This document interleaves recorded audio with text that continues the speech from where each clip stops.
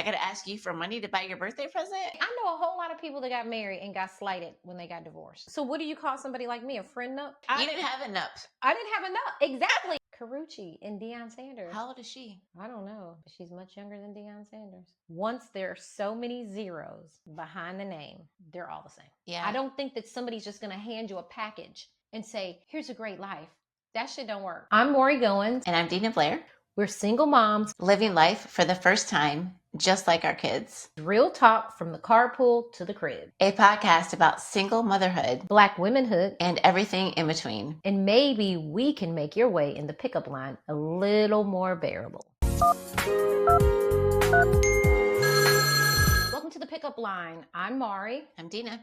And we're going to just have a little conversation about women and finances today because it's been a really hot topic lately. And we want to discuss some do's and don'ts in your finances, some things that have happened to us. And money matters. Money matters. Money matters. Right? So we don't even need to talk about anything else other than getting to the meat of it. I heard Reese Witherspoon say on a podcast that your money is your life insurance policy. And it really is because, you know, women need to be able to take care of themselves. What I love in that podcast, because I listened to some of it today, and there was a snippet where she said, I bet on myself. And I love that she said that because that is so empowering. And I think sometimes as women, people in general, but we're speaking to women, right?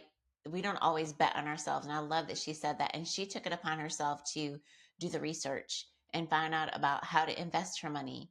And, you know, what does it mean to invest in stocks and all that kind of that stuff. I think when you're in a relationship or you're in a situationship or whatever you want to call it, with somebody and you trust that they're going to take care of you. Like when the relationship is good, you're trusting that they're going to do right by you and your kids. They're going to do right by your family. They're going to do the right thing about whatever the situation you're in. And you feel like, you know, that person loves me. So you think that person's going to take care of you, but ultimately you need to take care of yourself, right? You need to take care of yourself, period. Tracy Ellis Ross said her mother always raised her that money is energy. And I think that's a lot of the way I've lived my life. I just always knew it would come to me. Mm-hmm. I always knew that God would take care of me. I always knew that I would have it. But I also knew that I was living on a fixed income for X amount of years. And at some point in time, that was going to end. So I went to school. I have degrees. I did what I needed to do so that when that fixed income ended, my ass could get a job, right? You know, you got to go get a job, right? You got to work. And you hear a lot of successful women say how hard they work. And you don't get anything if you don't work. Like I keep a hustle. Like I keep something, whether it's my jewelry or it's my design, something. I don't mind going to work. I think that like women who are married, it's such a fine line too, because you think about you get married because you made this point of like, you get married and you think like the person that you're married to is going to take care of you and you can trust that, or the person that you've been in a relationship with, maybe there's been a conversation like, okay, I'm going to make sure this is XYZ is taken care of for you. And it's such a fine line because in a marriage, we'll just talk about marriage initially. You want to be able to trust the person that they're going to do what they say they're going to do financially for you. And then when things go awry, you know, if the relationship doesn't quite work out, it doesn't work out, then you're stuck. And I can name many women that I know of that are in marriages who have a secret fund, basically. That's grandma. Like a divorce fund, right? Grandma used to keep hers in her bra. Just in case, right? Just in case, like a full separate bank account, just in case. Now, of course, ideally, that's not how you want to live your life. When you get married, you're thinking like, we're going to share everything and this is going to be open and like, yeah, rainbows and butterflies and all the things. So it's a little disheartening to think that you have to have that on the side. Like you got to have that money on the side. But the reality of it is, you know, the way we're living nowadays and the way things are turned upside down is like, you got to have it. You remember back in the day when they used to call women gold diggers? They were like, oh, she's a gold digger and she's a gold digger. What they call it now? I was looking at this. Don't they still call it gold digger? Yeah, but I was looking at this TikTok and the girl was like, gold digger? You ain't got no gold? What am I digging? Like, what am I digging? And in reality, a lot of people don't have gold no more, right? And in reality, it's like, what is a gold digger? Well, you want to call somebody a gold digger when women are making more money by far than men. Relationships have shifted. Yes. Yeah. The average income for a single mother is $150-something thousand a year, according to ZipRecruiter. Men still want to say women want to gold dig. Like, what does that mean? It's requiring men to come to the table with something other than just money. Yes. That's Because what's women ain't, happening. yes. It's shifted, right? But back in the day, years and years and years and years and years and years ago, you got married because this person could provide for you. And now it's shifted and it's literally a choice. Like, I'm choosing to spend my life with this person because of the person that he is. Not because of what he can do for Not me. just Because I not make my own money. because he can And provide for I me. will say my kids are all separated. Their ages are all apart. And I kept like my design business. I kept making jewelry. I still make jewelry just in case y'all want some. I still make jewelry. I always did stuff like that to have extra cash because I knew what was coming in once a month, but I knew there were going to be some things that baby just wasn't going to pay for. Right. Right. Like baby wasn't going to pay for me to go kick it with all y'all. Like he wasn't going to pay for me to do all those things. Like he would pay for me to be at a volleyball tournament, take care of my kids, but that was control. And I tell my girls all the time, make your own money, have your own stuff, make sure you get a degree so that even if you take off work like I did and then go back, you're still in the marketplace. You're still marketable. You can still go get a job. You can still go work at a school, work at a news station, work somewhere and do something. I just think that the days of a man simply taking care of a woman is over. Looking back, like, what is something that you think you would have done differently, and not even relating to a relationship? Like for me, when I think back, like I started working when I was like 14, 15 years old. Yeah, me too. And me and my friend, we talk about this. It's like if we had started investing money back then, but we didn't have where that. Like, where were we? Where what? Right, we didn't. But the people that are watching our show may have that opportunity now, do, right? because Like social start doing it media, now. social media teaches you with Robinhood to invest your money in different types of avenues. Bitcoin. Yeah. They give you so many different ideas on how to invest your money. When we were younger, we didn't have that. We had to trust and believe that somebody was going to tell us what to do with our money and how we were going to work it out and what we were going to do and what our credit was going to be. I mean, I learned credit at the kitchen table with Mr. Steele. If I give you 20 today and I ask you for 5 tomorrow, I'm not going to, when you come back, I'm not going to ask you to bring me my $5 back. I'm going to hope that you give me my $5 back. That's how I learned credit, right? Like a whole different way than people do now.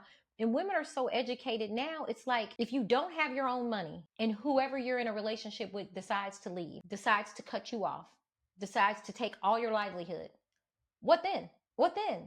It is nothing wrong with working. Like, honestly, I think working keeps you young. I think working keeps you viable. I think it helps your mind so you don't get dementia, so you don't do some other crazy things. But it ain't nothing cute about getting cut off. Like seriously, it ain't like that. Like it ain't nothing cute about that, right? Like, and, right? And deciding like where the priorities are. Like when you're a single mom, you have to think about where are the priorities, and you make the sacrifice as a single mom. When you have income coming in, it could be it's fixed and limited, no matter who it is, because you have a certain amount that's coming every month. So when you say some of the sacrifices, what are sacrifices that you make? Everything that happens in my house, my children are first. So anything anything that is an expense, it can be a need or it can be a want. I'm going to make sure my children have what they need or want first. Period. Like that's just how it goes. I'm not saying that's right or wrong. That's just the way that it is. Well, I mean, to me, that's right because I feel the same way. Like I said in one of our issues, I wore the same pair of black pants and cowboy boots and switched my shirt for years when I had D. Yeah. When I had D, I did. And even though I was in a situation where their dad was financially able, it didn't mean I was financially able. I mean, I wasn't married to him. It wasn't my money. That was his money, right? He could cut that money off whenever he want to. He could make a change whenever he want to. He just provided a good lifestyle for us, but that don't mean it's going to be forever. Yeah. You know what I'm saying? You have to always look at the different sides of the coin. You have to always be prepared for whatever's coming next. And I loved when Reese Witherspoon said, every woman has been through a financial woe. I can't even tell you, like everybody has had a financial issue. And coming in with, he gonna take care of me, he gonna marry me, we gonna ride off in the sunset. Now I think even men want women to bring something to the table. And I think it's also more fulfilling as a woman to have interests outside of just your husband or the person you're with. I think it's great that you spend that time with that person, but I think it's more enriching to the relationship and for you as a person, where you grow as a person when you have interests outside of that. So be it volunteering, be it, at your kid's school, or you have a hobby, or you make your hobby I your call your you. make your hobby It's so your funny. work. You're like you. It's like a hobby. I call it a hustle. I'm But like I'm gonna keep a but it hustle. is a hustle, right? Hmm. So like I for example, I can teach whatever type of fitness class you need, right? And I love doing it. But I happen to Hmm. make money doing it. Absolutely. Right? It's So like, yeah, you but want me to it's like, teach today? I'm there. yeah, so find those types of things. Like if Hmm. you're gonna be, and that worked out well for me too, like raising my girls. Even though I was, in a director role, I still was teaching classes, and I could do that as a hustle, right, on the Hmm. side. But I love doing it. So I would say find something you enjoy. Like you enjoy making jewelry, right? So even though you have money coming in, you Yeah. still have something because it helps Yeah. you feel I, I, confident I think in yourself. I think which is really really true. If you find that thing you really really really really really love, like I love decorating, I love clothes, I love style, I love jewelry. I just found a niche, and I found a way to say, hey, I love all these things. I've always loved these things. And this is going to be my hustle. This is Yeah. going to be my go to. Now, maybe it hasn't gone viral yet because I've had 3 children and haven't had time to make it go viral. But I just feel like, like everybody can ball on a budget. So that's my biggest thing. I love doing flowers and stuff like that. So is it making me a millionaire right now? No, but I will be at one point. It's not bringing in the income that I wanted right now, but it's extra income. But it does bring you a sense of joy, and I think we don't want Absolutely. to discount that, because even though it's not paper like you put it in the bank and you spend it, doing things that you enjoy it's really important. I used to say It's this it's not work all the for me. time. It's not work for me. Exactly. I'm like, when I talk to my daughters about what they're going to do, and I would say this to my ex too. I'm like, what do you enjoy? What do you enjoy? And like, let that be Hmm. your thing. And yeah, there are times we have to do jobs we don't really enjoy most of the time, but I think if you can find something to do that brings you some joy, like that, Hmm. that's your jam. Like that's And what I you don't do. think you think back in the day, like when my mom had kids, and you could survive off one income. You could survive off one income. Now, I don't think a family, a household can survive off of one income.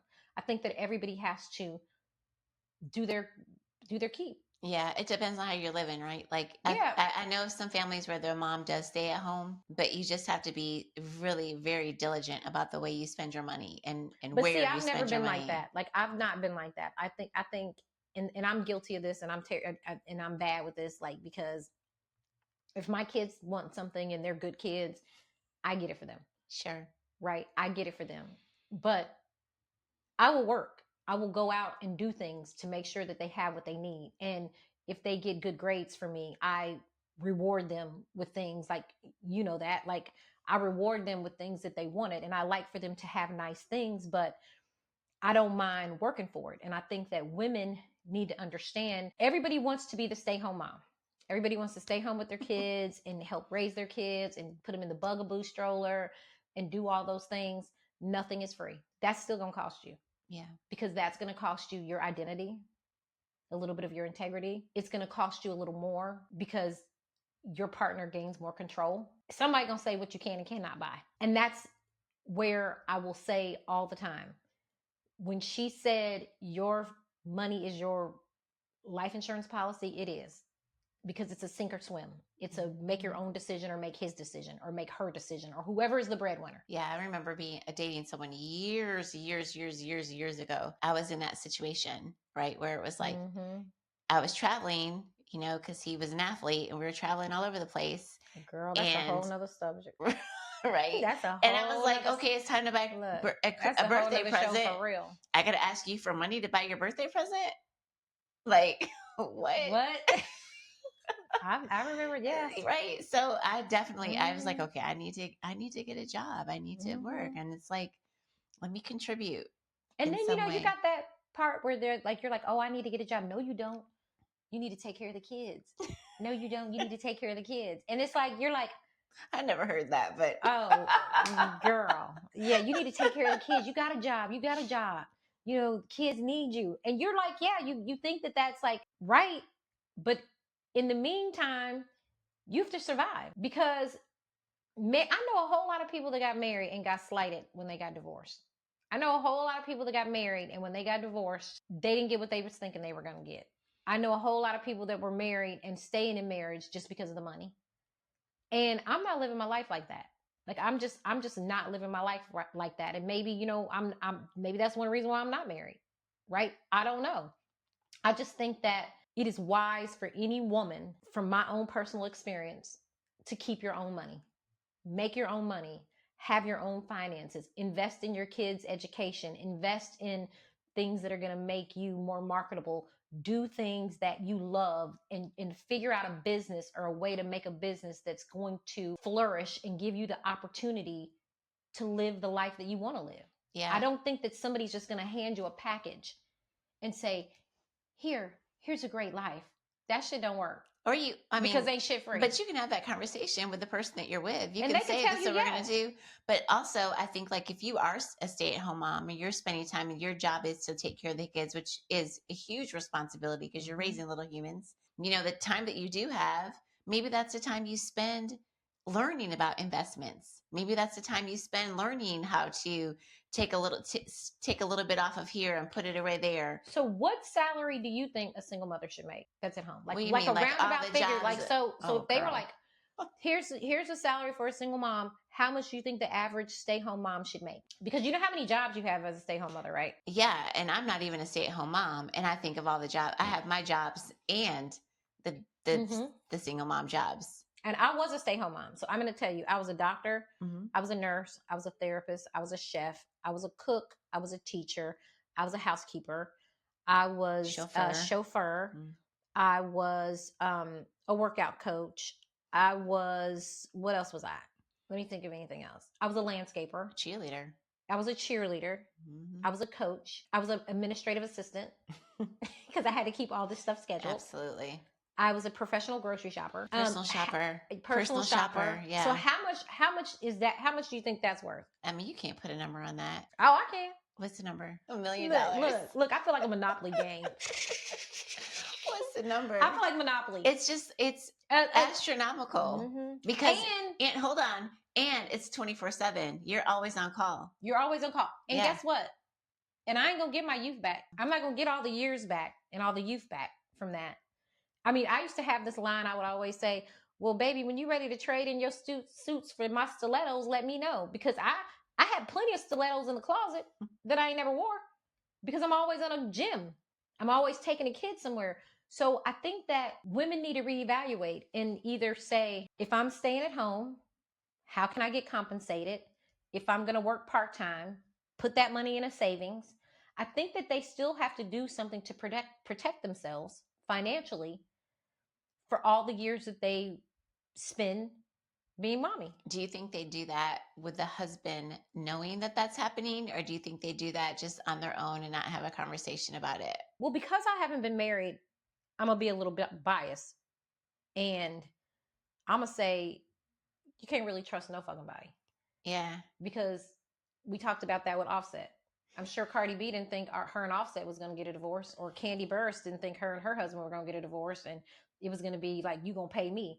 Like, I'm sure that when you're in a relationship and it's all, like you say, roses and lollipops or rainbows, that it's all good. But then when the relationship's over and somebody decides to cut you off, they're not handing you a notice and saying, hey, you got 2 weeks before I cut your fucking car payment off, or you got 2 weeks before I take your livelihood. So you have to have a fund. So that's when people start talking about maybe having a prenup, right? And we think about prenup and we think about how the men, it's like a man thing. The prenup is a man suggesting the prenuptial agreement. And maybe it's more like if the prenup is a thing that women negotiate, what happens, what they get based on. So what do you call somebody like me? A friend nup? Like what? What is that? Like what? Like you didn't have a nup. I didn't have a nup. Exactly. And that didn't work in my favor. Like, right? So it's like, what do you call that? Like, what do you call that if you didn't put the agreement in writing? What do you call that if you live with somebody and you guys have lived together forever? What do you call it? A post nup? Like, no, that's not a post nup. A post nup is after you got married. So then what do you, a friend up? Well, I mean, you have common law marriage, right? If you're living with someone, But not depending not on in a the lot of state. states. Yeah, depending on Remember the we talked state. about that. Yeah. Depends on the state. And then, but Yeah. once you have children with somebody, there's a sense of responsibility there. I had a friend in LA, and she was awesome. She used to own this really amazing clothing store in Atlanta, in Alpharetta. And she told me one time when we were in Malibu sitting in the car, she said, it's always best to have your own resources.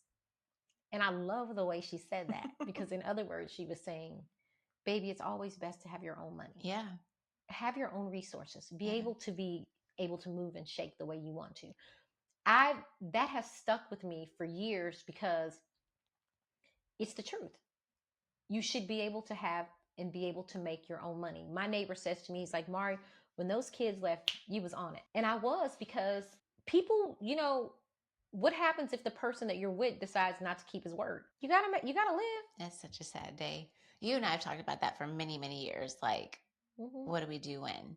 Yeah, you got to live. You got to have your own money. You got to be able to have your own backbone. You got to be able to have food. And it's great. I appreciate everything that I've gotten in my situation, in the way it's worked. But for so many younger women that are like looking to, oh, I'm going to date a baller. Oh, I'm going to date. No, baby, get your own shit. Do your own thing. Make your own money. Have your own say so. It's so much peace that comes with that. Yeah, it's and I feel like it's unfulfilling. It only goes so far. Yeah. And then the cup doesn't even get full. And here's another thing.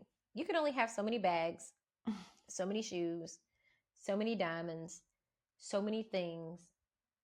To that, you can't take it with you. You can't take it with you. Yeah. You go age, but there are going to be a lot of women out there, younger girls out there saying, well, let me just try for myself. Like, let me taste and see. But the Bible says taste and see that the Lord is good. That's right. Not that the baller is good. Yes. Not that the baller is good. I know that. Just taste and see that the Lord is good. It's so important that girls and women, that we recognize our own worth and our own value, and cultivate the gifts that are inside of us. And I love that these young women are getting it. Mm-hmm. Like they were saying that Black women are the most educated species right now. Like, I love that we're getting it. I love whether you're Black, white, purple, Asian, Latin, women are getting it. Women are doing their things. And I don't give a shit if the government is now like, oh, being a nurse is no longer a professional degree. What? Wait, that's been said?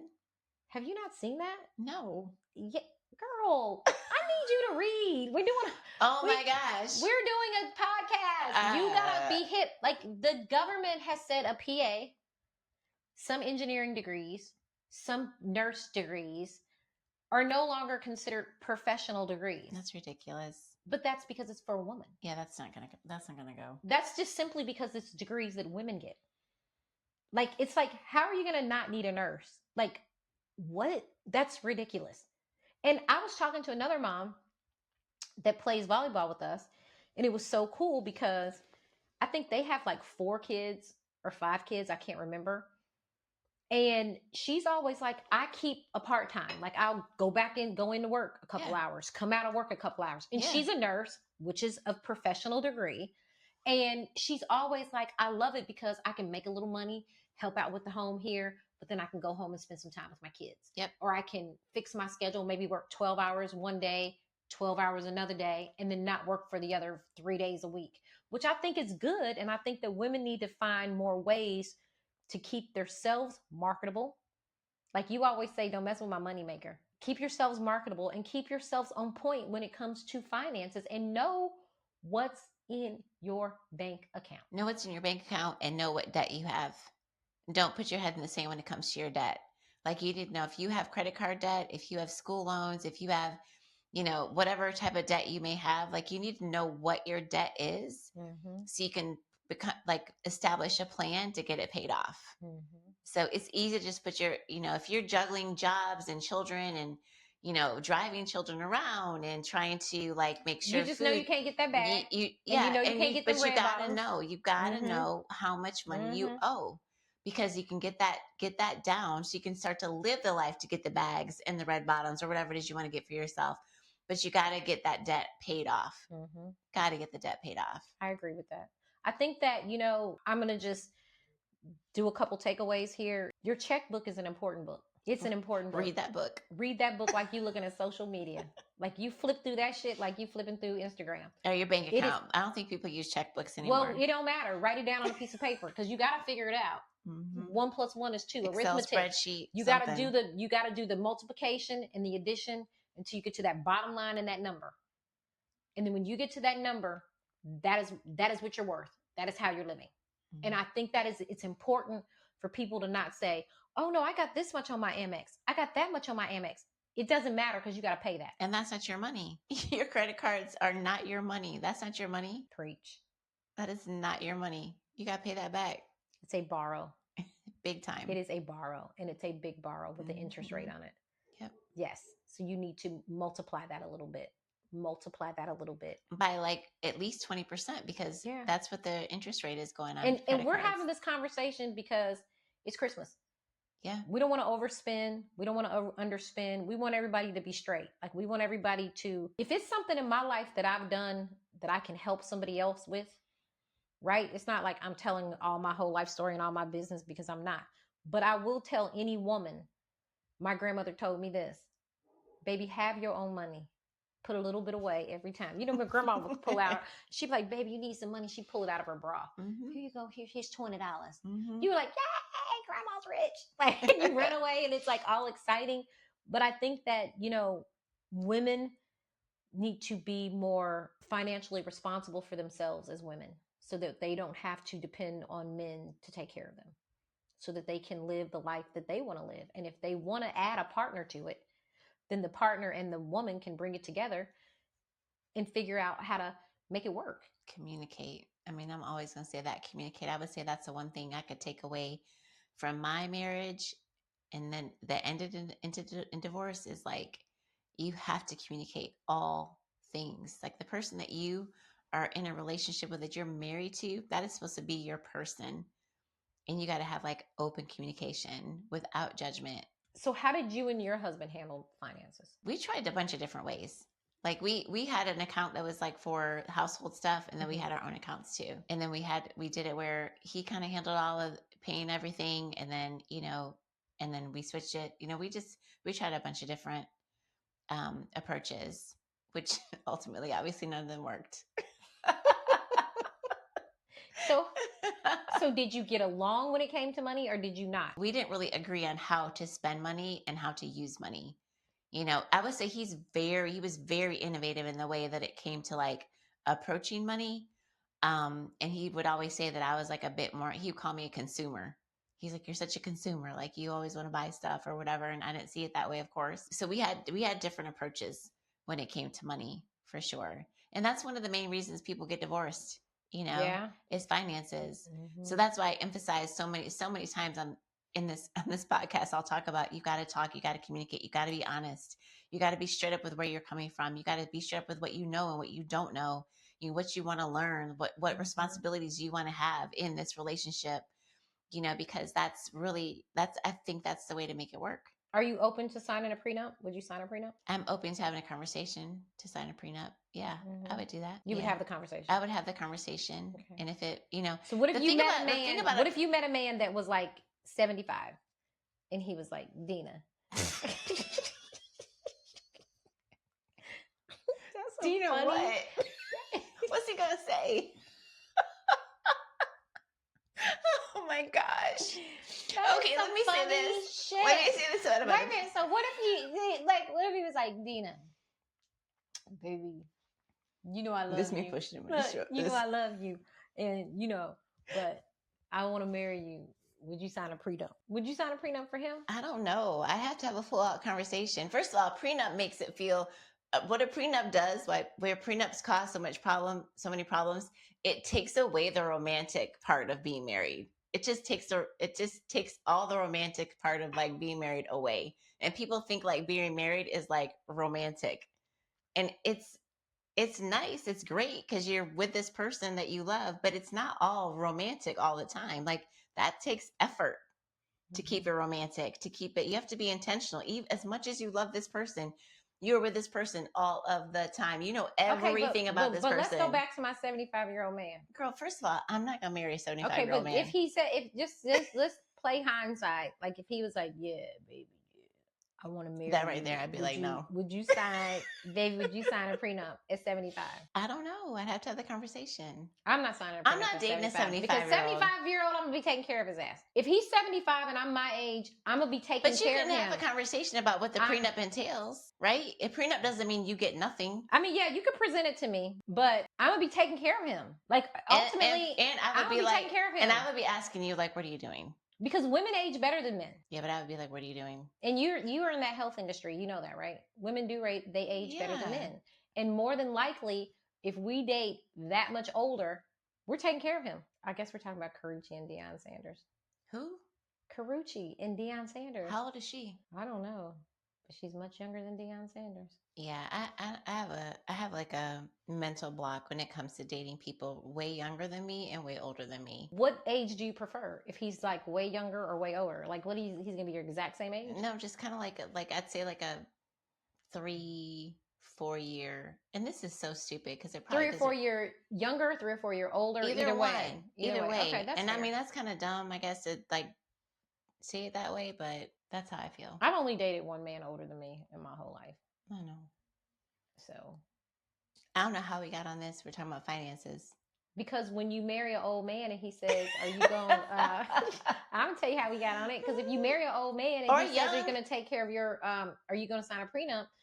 And you're taking care of him, and you're going to be basically his nurse. Okay, then so flip talk it. about how that works. So flip it. What if you're dating someone younger? Because you've dated mostly younger. Mm-hmm. So you date someone younger, and he wants you to sign a prenup. We're going to talk about that too, and we're going to put an adultery clause in there, and we're going to put a bunch of clauses in there so that if in fact we do breaking up or whatever, it has to benefit both parties. It has to benefit both parties. So I know people that have been married and they say, if you've been married to him, blah, blah, blah, blah, I get X amount of $100,000 per year per marriage. And, you know, my house or whatever. I don't know what the prenuptial is going to be, but my biggest thing is don't cheat. Don't cheat and don't lie.